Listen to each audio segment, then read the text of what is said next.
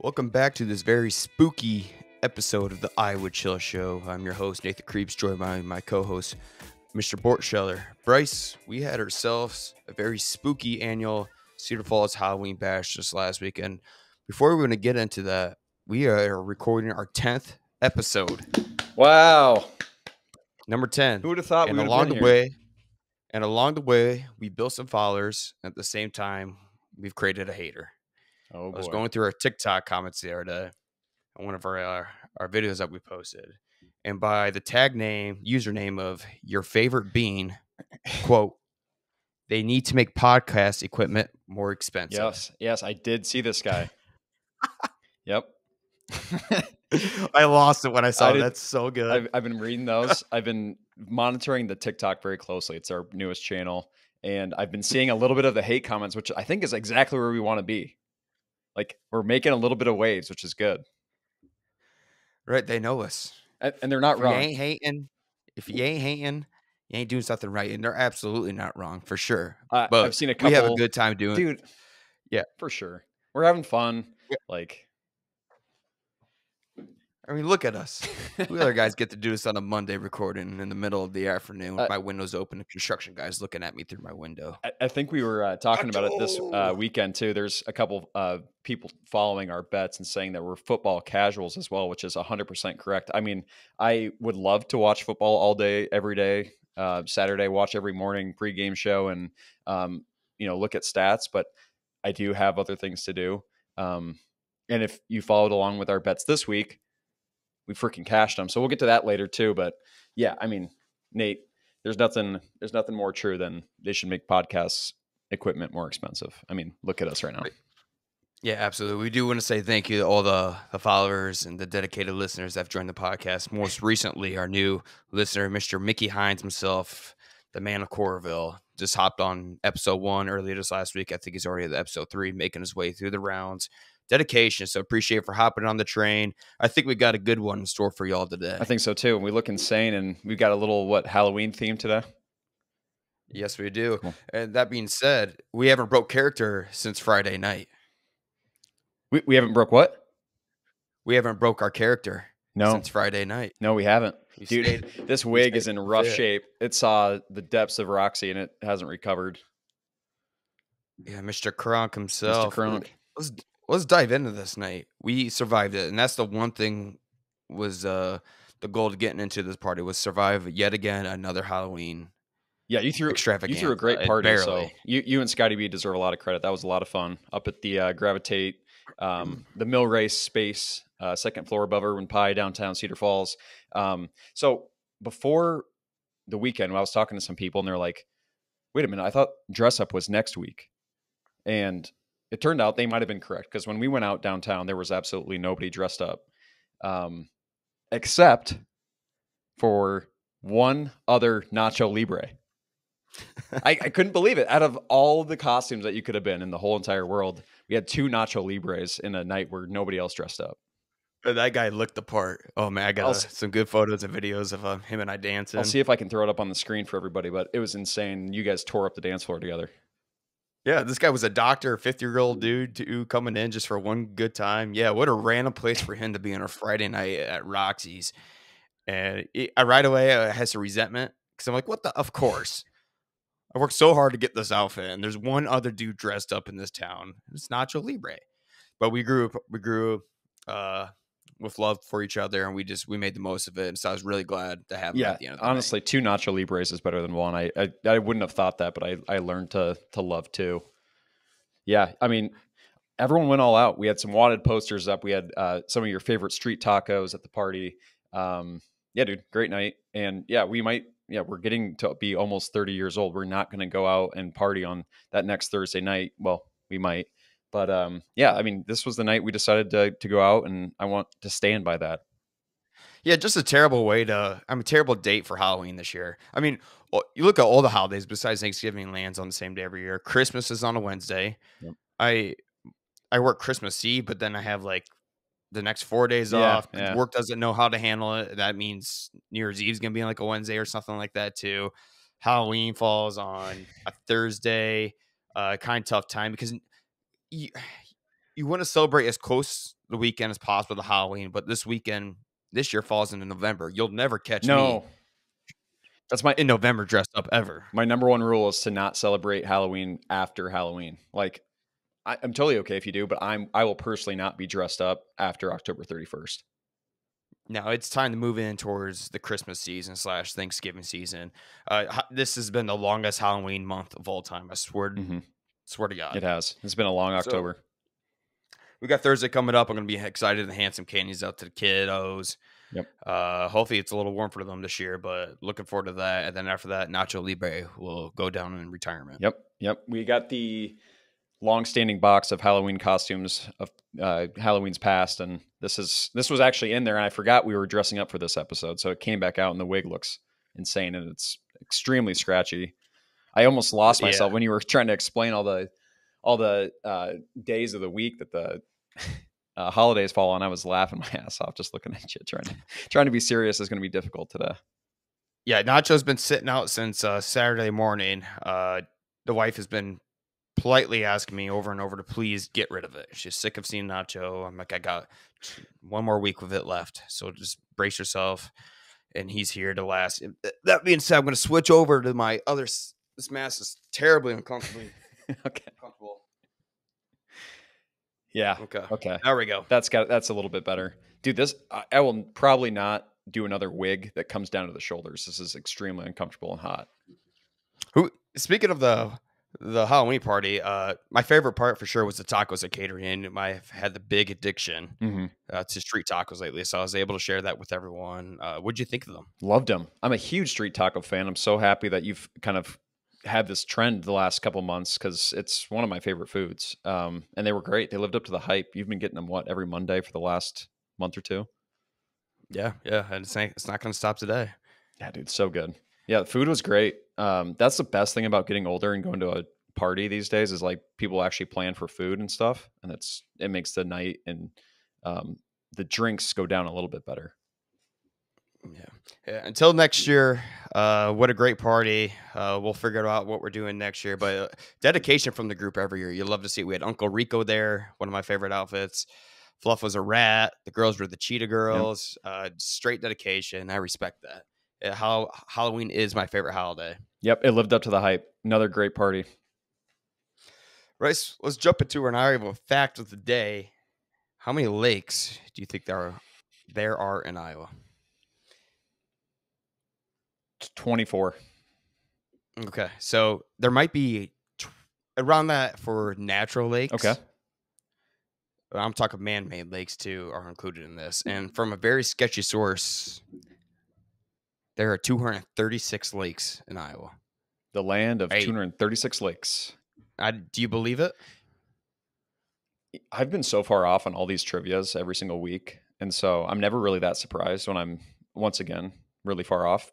But it seems like a really high number. Like, I can think of probably 24. That's kind of why I said that. Right. And see, I'm trying to think of it too. But then I think if Minnesota can have 10,000 lakes, we can have 236. So I've kind of bought myself into believing this fact.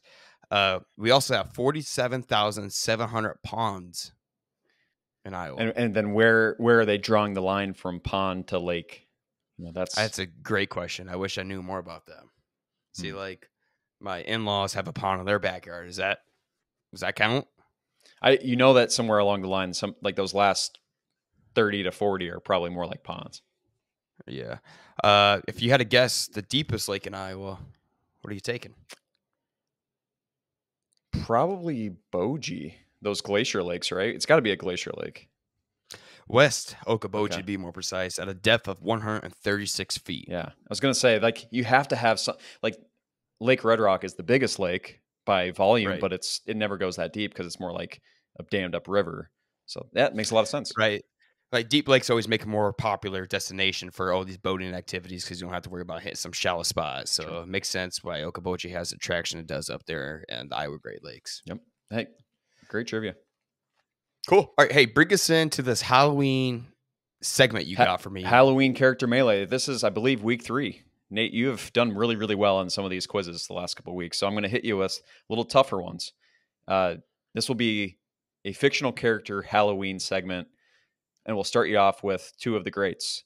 Who had more Halloween kills, Michael Myers or Jason from Friday the 13th?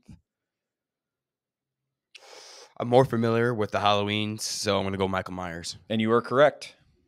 He had 9 to 10 more kills. Those recent Halloween movies got him over the edge. Unstoppable. Yeah. I mean, if you see him and you brought a bazooka out, he'd find a way to come back for another movie. He's indestructible. Yep. Yeah, great. 1 for 1 so far. Number 2, who is taller, Frankenstein or the Headless Horseman? Are they including the horse for the Headless Horseman? I've got both answers. Oh, shit. Okay. God, I love Frankenstein. Give me Frankenstein. You are correct again. And I think that's either way because the Headless Horseman's 5'7", so naturally Frankenstein is taller. And then if he's sitting on the horse, I think he'd be roughly 8 feet. So either way, Frankenstein edges him out. What's Frankenstein? Just over 8 feet. Okay. Tall guy. Apparently, I was kind of reading up on this. Frankenstein made him that big because he thought it would be easier to make a guy like that if every body part was bigger. How tall is Michael Myers? Michael Myers is a tall dude too. He's got to be 6'7", 6'8". Yeah, I was going to say 6'5" plus. Yeah. All right, this is a tough one.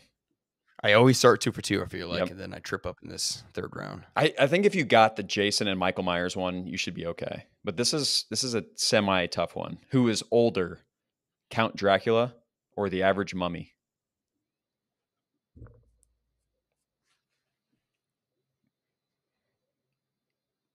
No, this is a thinker. Wow. Mummies could be so old. I'm just going to go. Give me Count Dracula. Okay. So I think that you could be correct. There are vampires that are older than mummies, but Count Dracula, at least the source I was looking at, is roughly 500 years old. And the average mummy can be anywhere from 4,000 to 9,000 years old. So Yeah. I kind of knew that in the back of my head, but I was hoping there'd be some weird Halloween history behind Count Dracula to make him just a little bit older. 10,000 plus. That's a toughie. All right. Well, yep. All right. Your bonus question, Halloween trivia. Which city coined the term Beggar's Night, a trick-or-treat tradition that usually takes place on October 30th? This town's in Minnesota, right? It's up for debate. God, I have no idea. So I wish you would have cut it down to like 4 for me. There are roots that link it back to Des Moines. So Ohio, I think Minnesota, and somewhere in the Northeast also do a similar tradition. So yeah, Beggar's Night in Des Moines, I believe it's October 30th. Started off in the early 1930s, I want to say. So they just don't do a trick or treat there? They do Beggar's Night instead there? You know, I almost feel like it's both because we'll be doing trick or treat candy in Owaukee on October 31st, but I think that there's also a Beggar's Night on the 30th, and I think it's just for safety. Dude, things are weird nowadays. I know my nephews back in Algona had their Halloween already, trick or treat, like a week ago. Oh, that's odd. Yeah, I mean that's a little strange out there. I'm not sure the whole reason. I don't know if it was just a neighborhood thing or if it was actually Algona's thing. That seems really early. Yeah, so I almost need to look up to see when Hudson's Halloween trick or treat is. Make sure I don't miss that. You do these days because it's like never actually on the day. Oh, yeah, no, it was always 31st back in the old days for the young kiddos. Alrighty, that's all I got. I think you went 3 for 4. I'll even give you that bonus question because I think you were partially correct there. Yeah. Okay. All right. Heck yeah. I'll take that success rate for 3 straight segments. Not bad. Bryce, it was only a matter of time. The Wells Fargo, a very beloved arena I grew up going to, watching mini state basketball. I love the barn too, right next door. Yep. Wells Fargo is a little bit more our time. Has now been renamed as the Casey Center. Yes, after a 20-year run, Wells Fargo is gone. Is this the right move? I think it's a great move. And my personal thought is I think a lot of people will still always call it the Wells Fargo Arena. So I think when you have that first naming rights, you get the default name recognition of it. I think obviously eventually people will adjust. But yeah, Casey's is a great company. I mean, they invest a ton into the community. Saw some people commenting on the Iowa Chill post about this, it's great because they employ a lot of people, they reinvest a lot. Yeah, I think it's a good move. Yeah, much better to keep it local Yeah. instead of having like a U.S. Cellular Center, a Verizon Center, something like that. I love the Casey Yeah, Center. 100%. Yeah, we've been loyal to Quick Start the last few years. They've been one of our first and favorite people to work with on paid posts. But can't speak too badly about Casey's. They've always been rock solid. Yeah, Quick Trip has grown on me Mhm. here in recent years, especially the newer ones. But Casey's always when in doubt, you need the pizza. Yep. You know exactly where you're going to. So hopefully get some Casey's pizza served over there at the Casey Center. 100%. Yeah, imagine that, going to state basketball, grabbing a couple slices. So I don't know if this is still the case, but at one point, Casey's was like the 5th largest pizza manufacturer in the whole entire nation. So a gas station that originated in small town Iowa was like one of the main pizza joints in the entire nation. 100% believe it. Yeah, I mean, they crank those things out. Like Cedar Falls has what, maybe 2 Pizza Huts here in town, but you have, gosh, I don't even know, 8, 9, 10 Casey's. Yeah, that's true. Constantly pumping out pizza, so that doesn't surprise me. Yeah, those guys are crazy. Yeah, I think it's a good move. Bryce, really good time to be a human being. Not so great time to be a chicken in the state of Iowa. The Iowa Department of Agriculture just murdered 1.3 million chickens over this last weekend. The Department of Agriculture said it's a statement the population in its last resort, and this was a move it did in part to save taxpayer dollars. So the chicken's fate was in the state's hand after Pure Prairie Poultry, a chicken processor in Charles City, good old Chuck City up there in north central Iowa, closed abruptly earlier this month. And instead of trying to find someone to house all these chickens, they decided to slaughter them. Ah, damn, that sucks. So I sometimes they do that because they've got like bird flu or something. So this was literally like the place where they were being stored was closing down, and they had nowhere to Yeah, put they were them. healthy chickens too.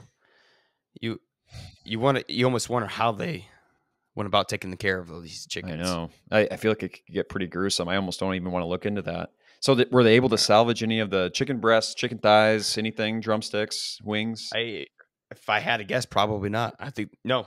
So they're just letting what did I read that? The local farms are disposing of the birds. God, that just sucks. We've gone through It's a lot of periods. chicken. Dude, that's a lot of chickens. We've had times where we're low on chickens too. So that's unfortunate. Yeah. Like I said, you almost wonder how they took care of them. So we'll be thinking of the chickens this week. Hopefully, we can see the population jump back up. And yeah, like you said, man, just for the health benefit, health side of the story, you get if they're sick, you got to take them out and relieve some suffering from them. But these are healthy chickens who just didn't have a home. And it reminds me of something that happened back in the 1940 era. Yeah, I was thinking the exact same thing. I wasn't gonna to bring it up, but I think that's exactly where everyone's mind was going. That's no doubt. We'll move it to a brighter topic now. Thank God. I saw that, man. It's just tough, dude. Okay. I feel like every other podcast we have is good or is a great, energetic podcast because Iowa football has us on a fucking roller coaster this season. Kirk Ferentz is a damn puppet master. He's got us going like this, going like this. I mean, every week it's something different. Snip, snap, snip, snap. But there is one bright side moving forward. I still don't know if it's 100% yet after what I've been reading on the news. Is Sullivan our guy moving forward? Will he get the starting position? Will Kirk Ferentz give the nod? Fine. I think if you don't, you're asking for the entire Kinnick Stadium to riot and boo a college athlete for 60 straight minutes of football. Yeah, I think so too. If I know Kirk Ferentz, I wouldn't be surprised if he has Cade on the starting lineup this week when he has that press conference either today or tomorrow. But my God, was there a breath of fresh air when Brendan Sullivan came into the game, either late first quarter, end of the or middle second quarter? All of a sudden, we had some life. We got that safety.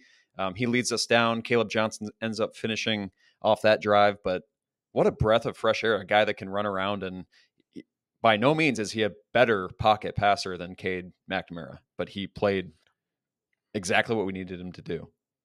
Iowa pounds Northwestern 40-14 after I think it was a 7-3 start after Cade McNamara threw a pick six, a terrible no lace Yeah, pass. Again, the no lace thing was kind of funny a little bit right when it started happening. Now, the more you look into it, it's really messed up it makes that your QB1 is throwing no lace passes, and the one that Cade eventually got called back because of roughing the passer. yeah. Bailout called, back foot, duck ball, no contact prior that him throwing the football. It was a no lace pass up in the air and just went straight up in the air. Yeah.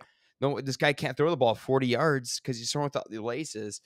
Yeah, man. So Northwestern takes it to the house, and after that, Kirk said he's seen enough.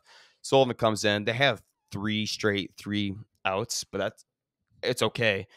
Give this guy just a little bit of time here to catch his breath and get rid of some jitters. And man, does he inject some life and energy in not only the offense but the defense, the whole fan base, the stadium, the game itself. And that's exactly what Iowa needs, especially coming from your main facilitator on offense. Something we haven't had since Nate Stanley was a great quarterback, but a guy that can move around, scramble, a CJ Beathard, you Yep. know. Yeah, and once he Something. loosened up, he was even making a few throws down the field. Like he 100% missed guys on the timing. He was afraid to take a few shots downfield. There's no doubt that he's not going to be a great pocket passer, but he reminds me a little bit more of Rocco Becht. That's what we were talking about last week. You don't need to look like an NFL passer in college football. You need to make plays, and that's what I saw Sullivan do. Sullivan, I believe, was late first quarter, second quarter coming. I can't remember. It goes 9 of 14 for 79 passing yards, 8 rushes for 41 yards, and a touchdown on the ground. What this did is made the defense actually guess our play calling. Mm-hmm. It makes you hesitate just a little bit longer because Cade's out there, it's handing the ball off to Caleb Johnson, and Caleb Johnson actually spoke about this in the press conference, saying, "Yeah, ever since Sullivan came out, it definitely opened up the running game for me." Johnson goes for 14 attempts for 109 yards and 3 awesome, spectacular-looking touchdowns. Yeah, all touchdowns over 20 yards, which was really cool to see after he started, I think, like 4 or 5 carries for like 4 yards. But yeah, like as soon as he came in, there was running lanes that opened up for him, and he was like, yeah, I can actually cook now. Yeah, it's the little things with Sullivan, right? The broken plays that he can turn into a 4-yard loss into a 3-yard gain. That one play where he pitched it, or no, he threw it to the tight end on the play action. Yep. And Sullivan sprint. Holy crap, is he fast? Sprinting 40 yards down the field, made a block to get the ball down to the 3-yard line. That's the effort you look. Cade's wobbling. He can't make it farther than 5 yards after a play. Yeah.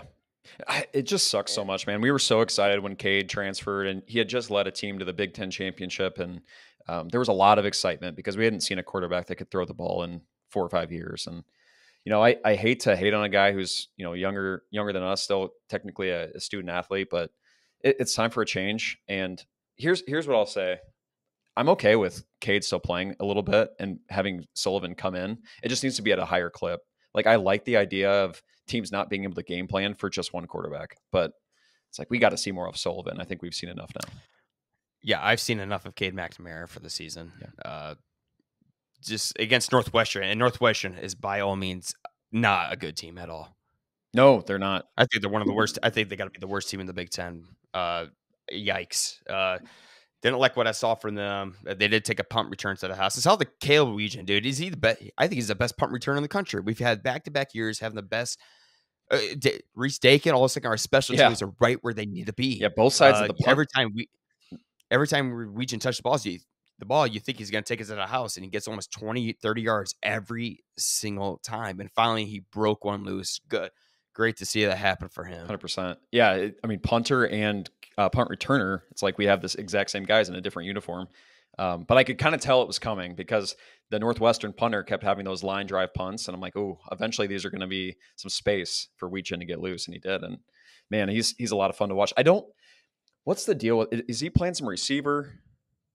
If they'll come in for maybe 3-4 snaps at the absolute most during a game, get like a jet sweep. Yeah. I don't know what's going on. Yeah, you got to get this guy the ball more. I wouldn't mind seeing Find a way. I wouldn't mind seeing that at all. I just think you got to give playmakers the ball a little bit more. And if it's not going to be in the pass game, which we're going to have to get creative, I think, even with Sullivan in there, like find a way to get those playmakers the ball. Defense looked phenomenal. Mm-hmm. Good to see. Get a safety. Northwestern had no business moving that football the entire game. Their offense put up 0 points. Yeah. Great to see. Like I said, Northwestern, I know, terrible team. That doesn't surprise me. So we need to see the defense intensity to move forward in the right direction as the season progresses here towards the final stretch. The last thing I want to say about Sullivan before we jump into the Wisconsin game is, man, bring some grit to him, boy. Yeah. Mm-hmm. Trash talking to his former team. Yeah.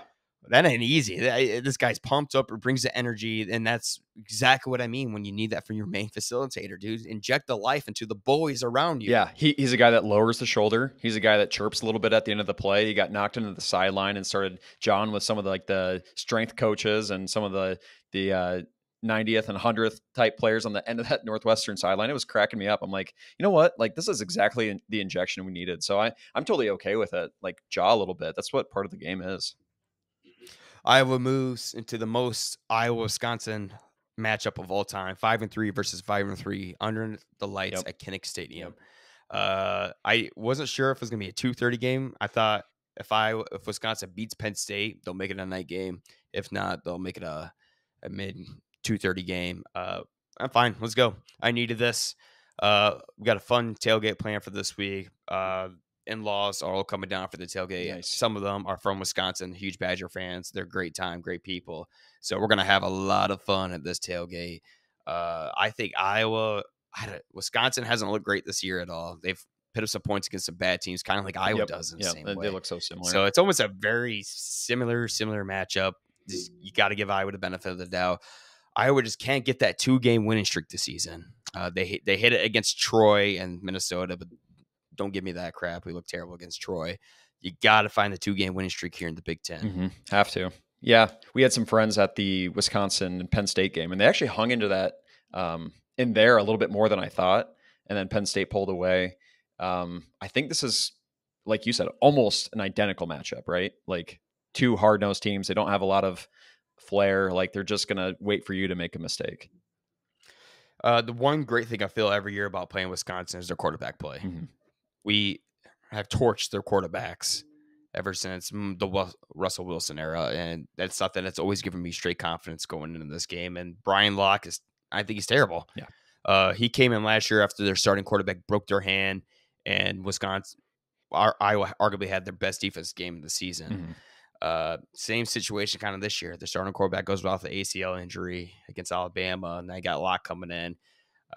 Just your standard Wisconsin quarterback, and that's what Iowa seems to, play their best football against. That's what Iowa lives for. End. Like when you play a Will Howard, when you play, I forget the kid from Michigan State, those guys just stretch us out and they just scare us. And it's been that way for 20 years. Like it's not a surprise when a dual threat quarterback comes in, the Hawks are going to have some trouble. Yeah, Iowa does their best when they play teams that are like Iowa. You look at Minnesota trying to out Iowa, never works that way. We got Wisconsin in recent years. They've tried to out Iowa. Iowa's won that battle. So that's the main reason I'm feeling confident. But like I said, Iowa's got me on a roller coaster this year. I don't know what I'm going to get from. Yeah, it's like what team is going to show up? I do feel better if Sullivan is announced the final starting quarterback and just make their defense gets a little bit. That's all I'm asking for out there. Iowa 3.5-point favorite. I know the line did open up at 4. I don't feel great about them covering, but I think it's just going to be hard fought battle out there in the gridiron. Yeah, I think I'd take that bet, and I will as a homer. I will be hammering the 3. I'll probably alt spread it a little bit to the 2.5, but I like Iowa coming away with a win and finishing the season strong. Especially like you said, if we have Sullivan, it's going to be tough for teams like Wisconsin to keep up and game plan for a dual threat. Yeah, I'm not going to make a prediction on this game just because I've jinxed them every single time. When I get super high on them, Iowa starts to suck. So I'm doing this in the sacrifice for a Hawkeye victory. I love that. I think that's the best thing that the Hawk fans could hear right now is you not laying a bet on these guys on live television. Yeah, I'm gonna lay neutral on this one. Looking forward to it though. Can't wait to recap that next week. Let's hope it's not hopefully it's recap. It very well could be, but yeah, we have every other week's been a recap. Yeah, I'm hoping for something a little better. Yeah, Iowa State after a bye week moves number 11 in the country. No love for right now in the Big 12 from the committee. Notre Dame gets pushed back up to number 8 in the country ahead of all the Big 12 undefeated teams. Well, BYU and Iowa State. And even though Notre Dame had that horrific loss against NIU, no love for the Big 12, and we kind of knew that coming into the season. Yeah, and it's going to be one bid team. It's not completely invalid. Like the bottom of the Big 12 looks almost worse than the bottom of the Big 10. But BYU, Iowa State, Kansas State, some of these teams are starting to get hot, and I think they deserve a little bit more love. I mean, BYU looks arguably like the best team in the Big 12, and I'd hate to say that because Iowa State's 7-0 and they're so excited, but those Cougars are looking hot. Yeah, Cougars have taken care of their opponents in every single way, other than one close game and for the Mormon Miracle. It's a shame that they're not playing in the regular season. We're likely going to get it here in the Big 12 championship. Iowa State to host Texas Tech, 5-3 Texas Tech, who just right there in the middle of the pack of the Big 12. And if you're in the middle of the pack of the Big 12, I think you're a below average team right now. You're a beatable team and somebody obviously you have to show up for. And I think that the Clones will be ready after their bye week. I'm excited to see how they come out of it because there's been so much hype, and an unusual amount of hype for a team is not always a good thing. But I think Campbell's got the boys on the right track. I think that he's got their heads right. And I'm excited to see Rocco make some plays. I feel better watching Iowa State when Iowa's having a good time too. Like I get natural envy, and I want to be a true Cyclone fan this year, but it's just so much more fun when the Hawks are playing well too. That said, I can go into this week after a Hawkeye victory and get really excited about Iowa State taking down Texas Tech. Yeah, beer tastes a little worse. Food tastes a little worse after a scummish Iowa loss. Things flip when Iowa gets a good W. For sure, I feel the same way about Iowa State. It makes things a little bit more popping here in the state of Iowa. What's not popping right now is the Northern Iowa Panthers of Cedar Falls. They look really bad. 6 straight losses. Just lost by, I think, 7 or 8 here to Missouri State. Homecoming weekend in Cedar Falls. Yikes. Is it time for Farley to hang it up? I would say so. I've had this conversation with a couple UNI grads, and he's been there almost since I can remember. We went to some Glory Days Panther games, some playoff games when they played Joe Flacco and New Hampshire back in like 2006, 2007. And I want to get back to those days. That was so much fun. Like, I know that they'll never quite have the hype of a true FBS team, but they can be a lot of fun to watch. And I'm looking forward to going back to some games once they have that program turned around. Personally, I think it probably starts with Farley getting fired. Yeah, dude, they were always making it to the semifinals of the FCS playoffs. And once you slowly got out of the area, you still even had David Johnson, sparking things up and beating the undefeated North Dakota State Bison. But you hate to see it right now for Farley. It's got to be one of his worst teams he's ever had. 6 straight losses is not something you go to sleep at night feeling very good about. Nope. And UNI's been loyal. Jacobson over at the basketball program has been there forever, and they keep re-signing him to those big contracts. And there's a good reason for that because he makes the tournament every once in a while. They always compete in the MVC for basketball. But Farley's been, 4 or 5 years since they've even been champions in the Missouri Valley. So might be time. Let's move into our lock bets of the week, Bryce. Go ahead. Hit me with the first lock bet. So this first one is going to come from what I saw from Wisconsin and Penn State. Iowa obviously gets to play Wisconsin after kind of a disappointing loss to the Nittany Lions, but I like Penn State +4. I believe they're at home against Ohio State. Yeah, you hit it right in the nail last weekend. You went Penn State to cover against Wisconsin. I took Wisconsin, and I even apologized when I took that bet. I said this is not going to end well for the Wisconsin Badgers. I'm taking Wisconsin. That's gonna be a great game. 11 a.m. kickoff there. I know, it's kind of fun that it's in the morning. Valley. Yeah, it'll be good. So, Ohio State definitely has shown a little bit more weakness. They barely escaped. Like, who was it? Nebraska. Yeah, they barely beat Nebraska. I think Ohio State's shown some weaknesses. Obviously, they've already lost to Oregon, so I actually kind of like that +4 for Penn State. Who do you got number 1? Yeah, number 1. Give me the Fighting Illini, Illinois, at home against Minnesota. Illini went into a little buzzsaw last week against Oregon. They had some bad plays at the wrong time. Couldn't score on the 2-yard line. Had a face mask on the 4th down not called. Score was a little bit outreach more than the final score predicted. They're going to bounce back at home against Minnesota. But Minnesota is a little hot lately, so I think this is a great game, though. Yeah, it could go either way. I do like the quarterback play over there in Champaign a little bit more. I do like up in there in the Twin Cities with Altmaier. I think it's a great bet. Give me the Illinois Illini to cover 2. Love that. Nothing. It's like death taxes and Minnesota getting hot as soon as they're eliminated from any kind of real contention. I love Illinois in that game. I think Minnesota probably trips up 1 or 2 more times this year. Who do you got number 2? Number 18, 7-0, Pittsburgh Panthers to cover +7 at number 20, SMU on the road. The Panthers have been resilient all year. They had a close game against West Virginia Mountaineers. I think they're down like 14 in the fourth quarter. Came back and rallied, took a W. These guys are resilient. Give me the undefeated team to take care of business and sprinkle a little bit on that money line, boy. Yeah, Pittsburgh might need to start getting some love too. They're on a freaking hot streak. I have not seen very much of Pittsburgh or SMU. Those are two teams I probably will never pay attention much to, but I like that bet. I like the undefeated team getting away with the dub there. Yeah, very hidden programs. Mm-hmm. There's that great football movie with SMU in it, right? Is that when they got like the death penalty for all that illegal recruiting? Something like that, yeah. I don't even remember the name of it, but I remember it being pretty good. My number 2 bet is Kansas State -13 over Houston. We've seen Houston play a few times. They are not good, and Kansas State's only getting hotter by the second. So I really like Kansas State covering a pretty lofty spread, but I do think that they can cover 2 touchdowns.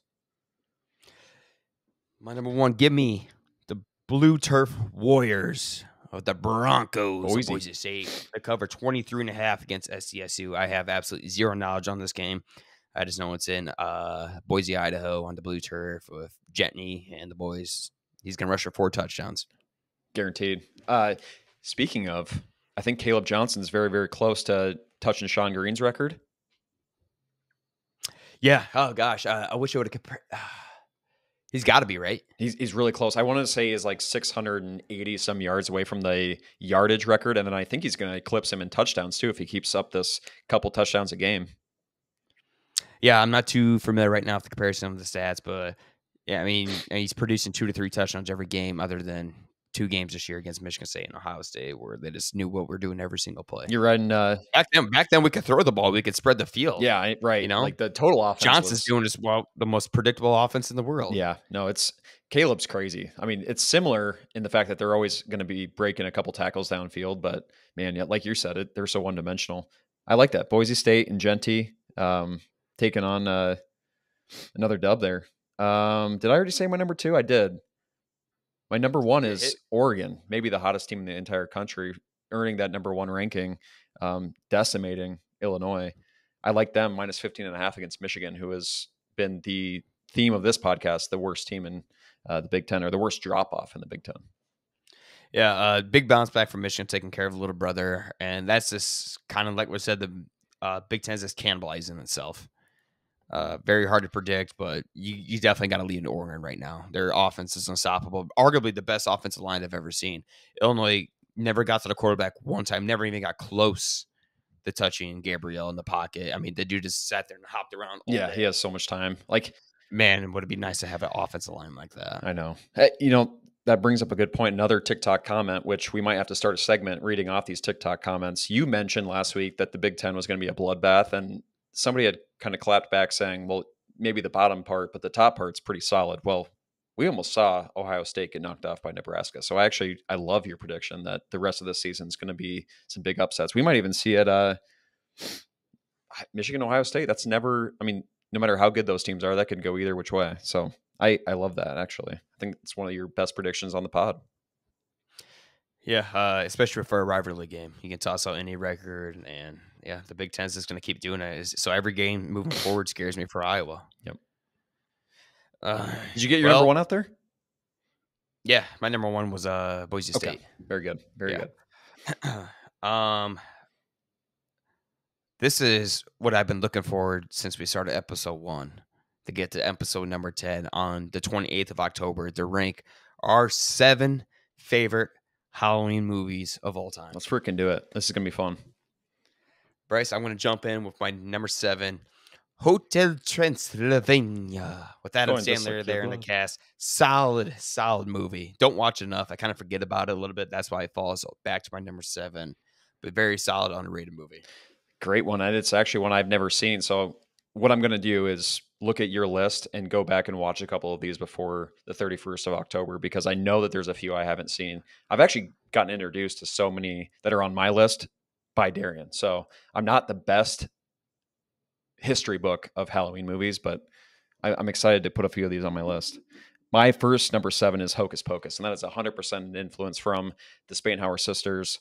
They actually nicknamed their group chat the Sanderson sisters, or the Spainhauer sisters, after the Sanderson sisters.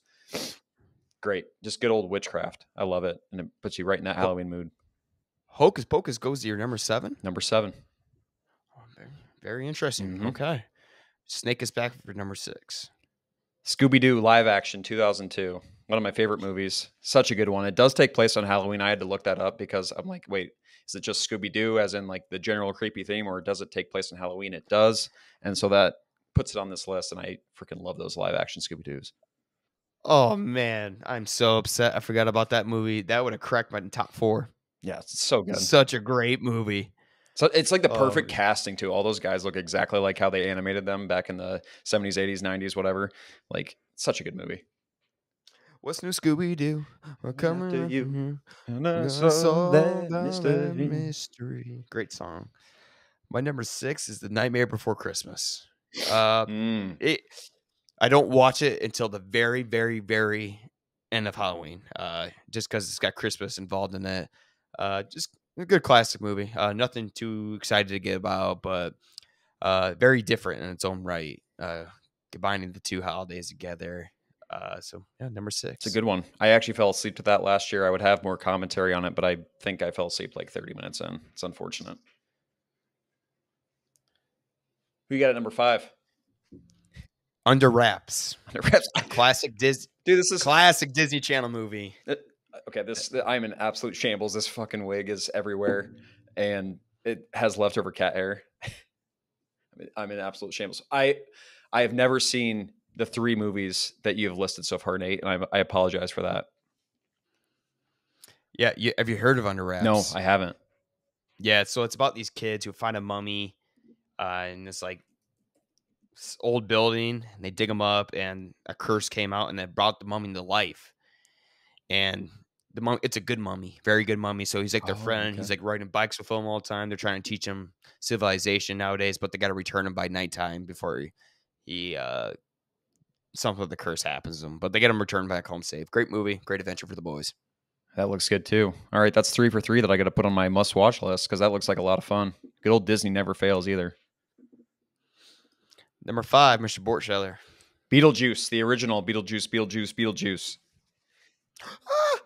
We just watched the second movie 2 nights ago, and that lived up to the hype. I know that you saw that in theaters and we're kind of waiting on a scary movie, and then you were a little surprised that it was more like a insane comedy movie.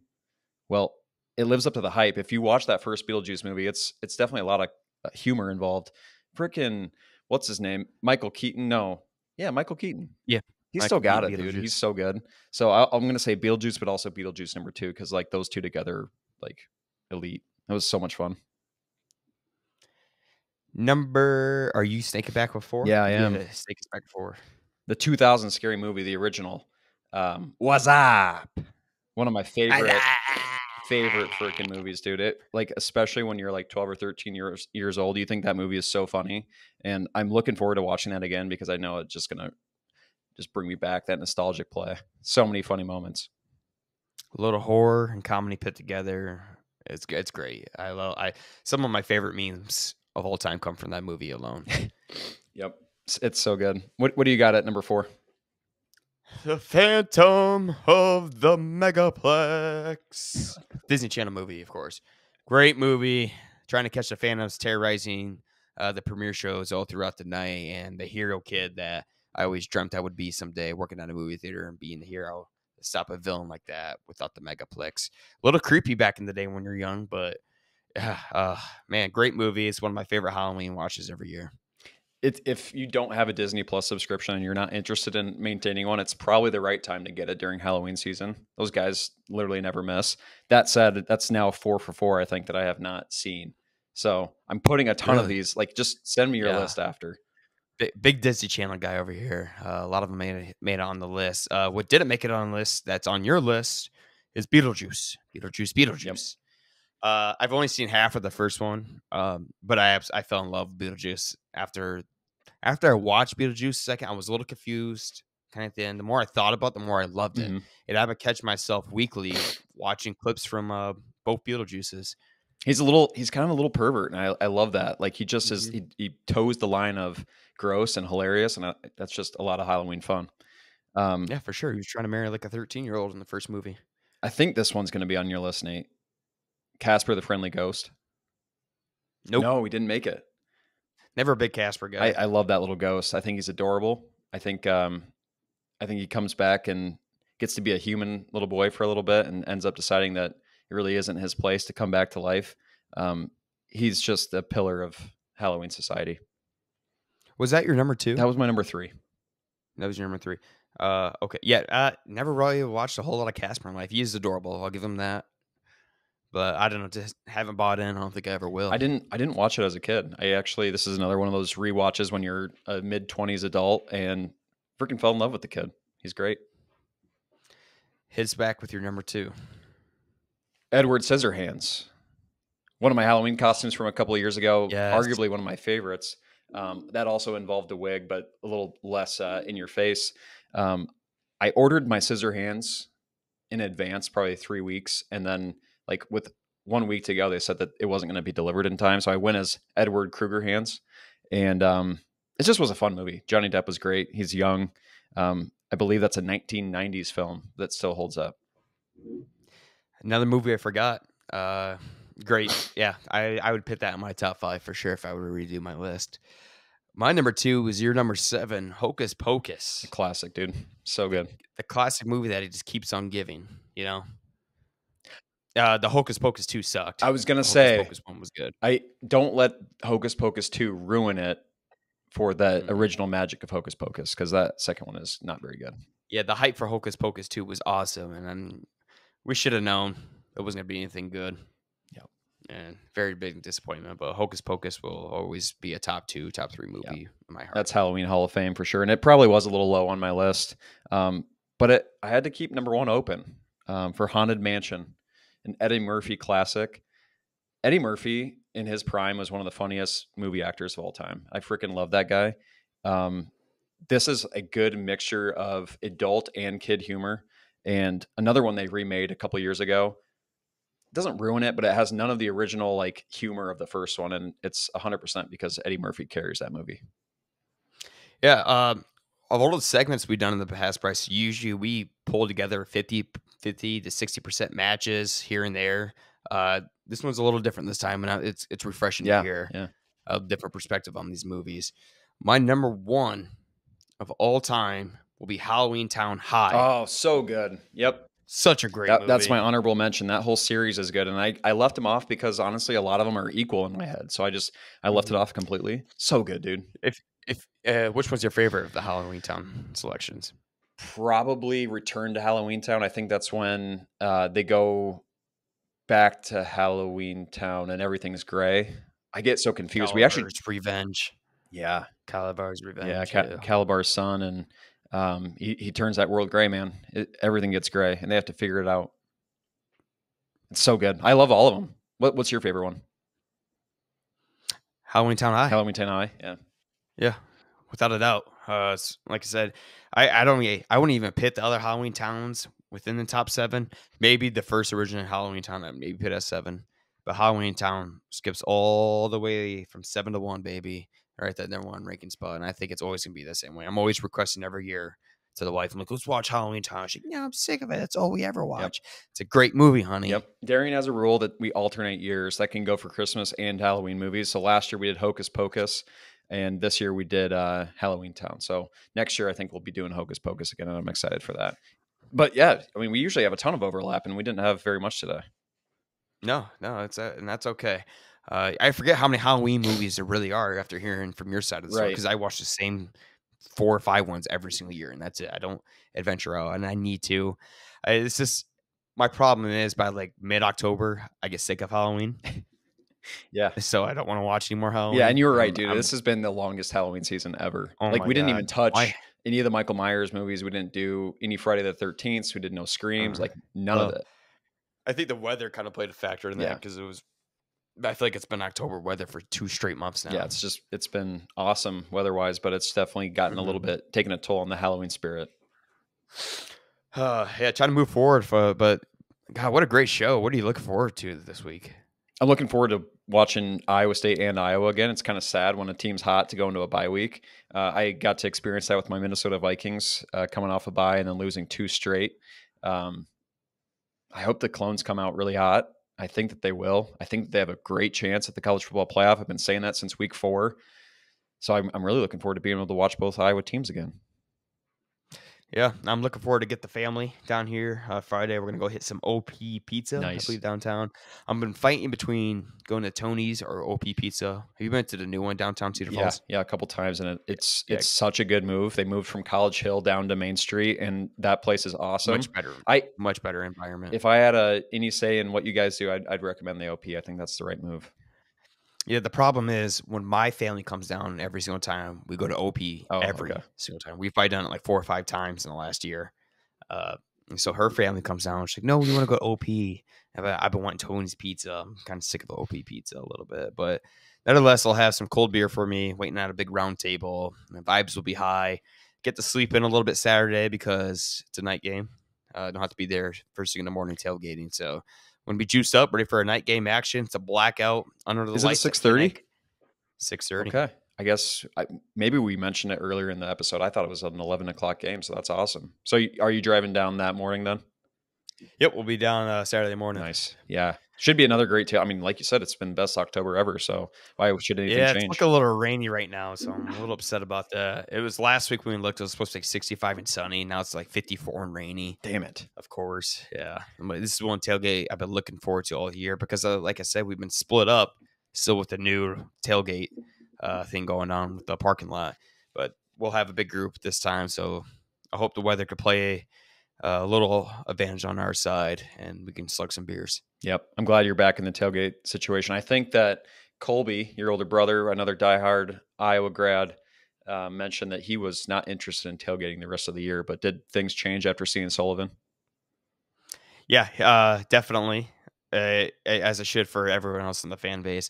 We did mention a little excitement about this tailgate, no matter what, because the family coming down. But now you add Sullivan with that mix.